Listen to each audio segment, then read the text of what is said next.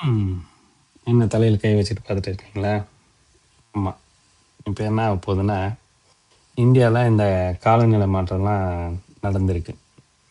அதனால என்ன ஆச்சு, விவசாயம் வந்து அப்படியே கொஞ்சம் கொஞ்சமா நம்ம எதிர்பார்த்த அளவுக்கு விளைச்சல் வந்து இல்ல.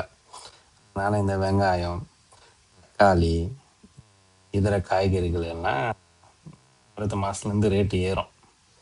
ஏற்கனவே நம்மளுக்கு வாங்கி மாள முடியல. இதில இப்ப ரேட் வேற ஏறப்போகுது. பெட்ரோல் விலையும் ஏறி போயிட்டு இருக்கு.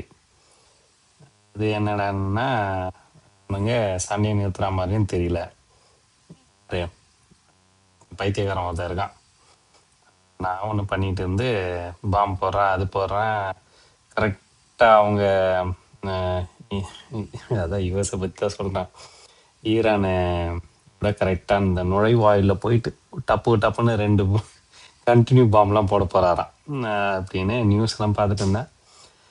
அது வேற இல்லாம, இங்க இருக்க நீட் நீட்டோட இந்த வினாத்தாள் லீக்கேஜ். ஓகே. ஒரே போராட்டமா இருக்கு. ஓகேங்களா? சரி மக்களே, அடுத்த 1 மாசமோ, 2 மாசமோ கண்டிப்பா விலை ஏறப்போகுது.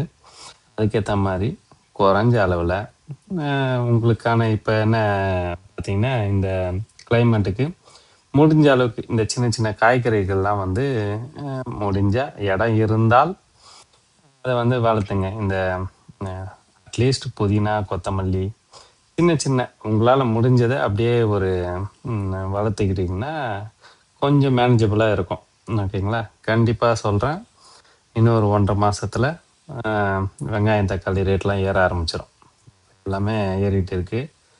ஓகே. பாய்.